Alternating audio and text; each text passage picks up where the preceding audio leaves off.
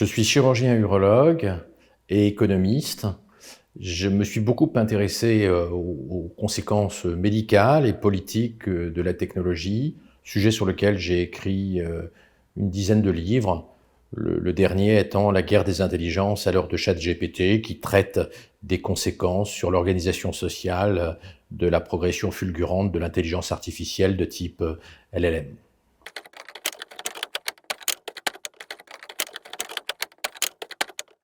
Le principe, c'est de faire se réaliser la rencontre entre le spermatozoïde et l'ovule dans une éprouvette, au lieu de faire que le processus se passe normalement dans les trompes.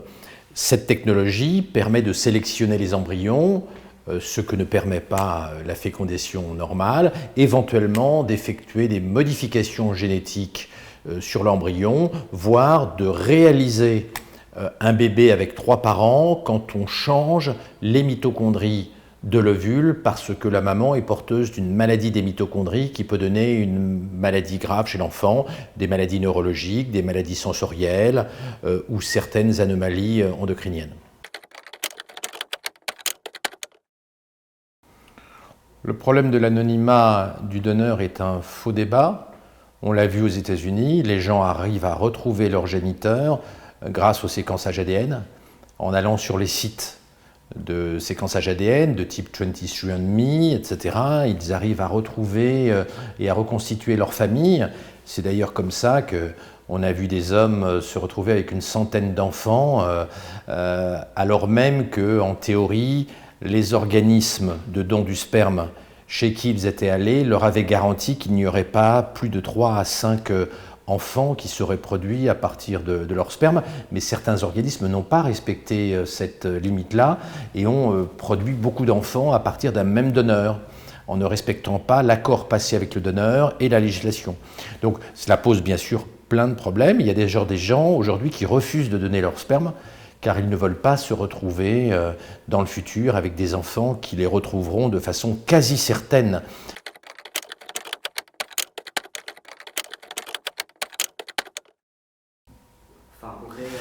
Alors, il y a un premier aspect. On a montré que l'intelligence artificielle aide à bien sélectionner l'embryon.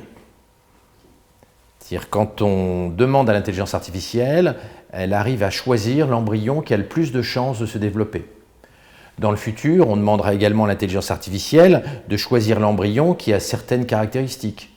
On peut imaginer que certains parents voudront choisir l'embryon qui va donner l'enfant le plus intelligent et le plus à même d'être compétitif, d'être complémentaire face à l'intelligence artificielle du futur.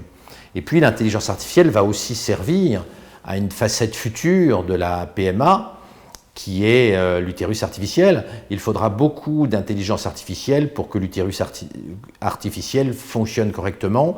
Et donc ça, c'est quelque chose qui n'existe pas aujourd'hui, puisque l'utérus artificiel n'est qu'embryonnaire et est utilisé uniquement chez l'animal, il n'est pas utilisé chez l'homme, mais dans le futur, ce sera une troisième facette de l'intelligence artificielle en matière de procréation artificielle. On est dans l'eugénisme depuis assez longtemps. Je vous rappelle que 96% des enfants trisomiques en Belgique sont avortés. Si ça n'est pas de l'eugénisme, j'aimerais savoir ce que c'est. C'est bien parce que les enfants trisomiques ont des capacités intellectuelles plus faibles que la moyenne, que les parents choisissent de ne pas garder le bébé.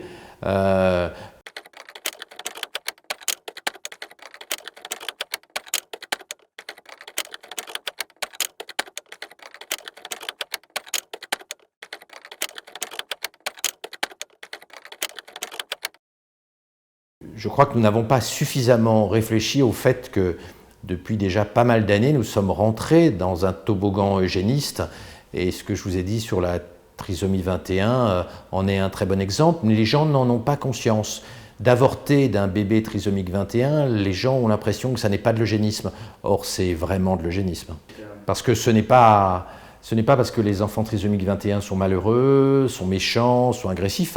Les enfants trisomiques 21 sont exceptionnellement gentils, affectueux et doux.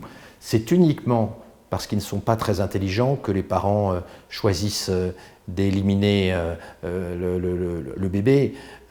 C'est c'est un vrai problème. Je pense qu'on n'ait pas réfléchi à ces questions eugénistes et qu'on n'ait pas conscience du fait qu'en réalité l'eugénisme n'est pas une question à venir.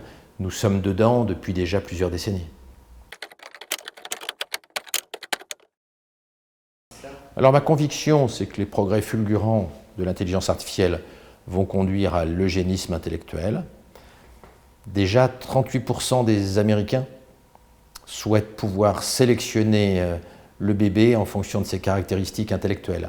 Ce chiffre a explosé depuis la sortie de ChatGPT. On voit qu'il y a une vraie inquiétude chez les parents sur la concurrence que l'intelligence artificielle va exercer sur leur enfant dans 10 ans, dans 20 ans, dans 30 ans. Et les gens ont bien compris qu'il ne faut pas que leur enfant soit compétitif face à GPT-4, mais il faut que leur enfant soit compétitif face à l'intelligence artificielle de 2040, 2050, 2060. Donc je pense que la PMA va être utilisée pour sélectionner des embryons plus intelligents dans le futur, du fait de la tornade d'intelligence artificielle qui est devant nous.